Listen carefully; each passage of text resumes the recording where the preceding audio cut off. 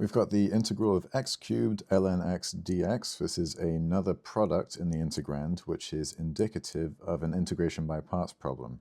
Now, because we've got a natural logarithm here, we're going to go ahead and let that equal our u, simply because we know how to differentiate that, but outside of performing an additional integration by parts, we don't know how to integrate it. So it would be very difficult to set that as our dv.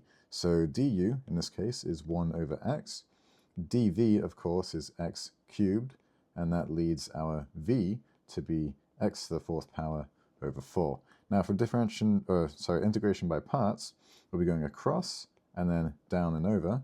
So let's start by going across. We'll pull that 1/4 out. So we'll say 1/4 ln x, x to the fourth power, and I may change how that's formatted in a bit, minus the integral of 1/4 out front. We're going to pull that 4 out again like we did over here.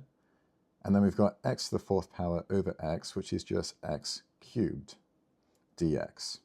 Now, we can just rewrite this, and I am going to change that format. I'm going to write x to the fourth power ln x over 4.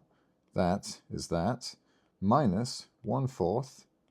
Going to integrate this x cubed now. It's just x to the fourth power over 4 once more, plus c, because there are no bounds. This is an indefinite integral. And one thing to look at with integration by parts is we had to integrate x cubed here. And with a keen eye, you may notice that we've already integrated x cubed here as part of our initial legend. So if you ever, notice that pattern, it can be quite helpful just to remember that you've already done that part and you can pop it back down in there.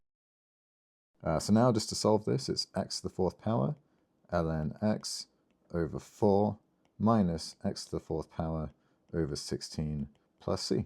And that is the solution to that integral.